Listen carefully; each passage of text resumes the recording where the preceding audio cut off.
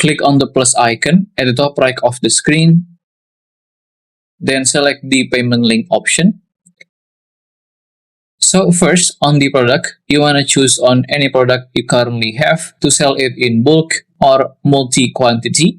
But if you don't have any product yet, then click on the add product option, just like here, and start to name product, add a description, an image, and the pricing, right?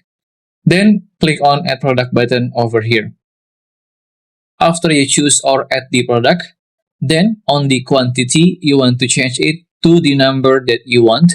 For example, I want to sell an iPhone battery with the minimum amount of 5 battery. So I change the quantity to 5. And as you can see, my customer now has to buy my iPhone battery in a package of 5, quantity of 5, $100 for each. And there you go. You can click on the create link button at the top right of the screen, and you can start to sell your products in bulk or multi-quantity product.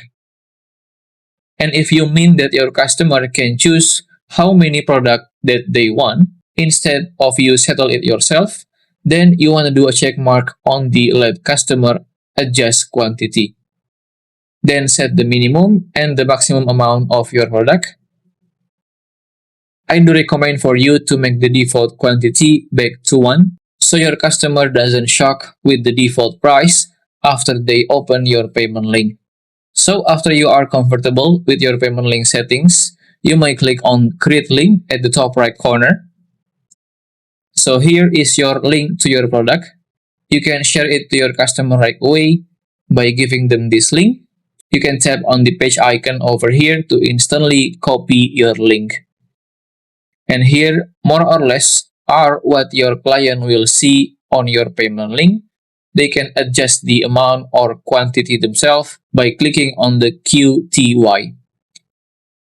Adjust the amount and tap on the update button. There you go, the prices will change itself. If you still have any question, just comment down below and I will try my best to guide and help you guys. If you find this video useful, please consider like and subscribe.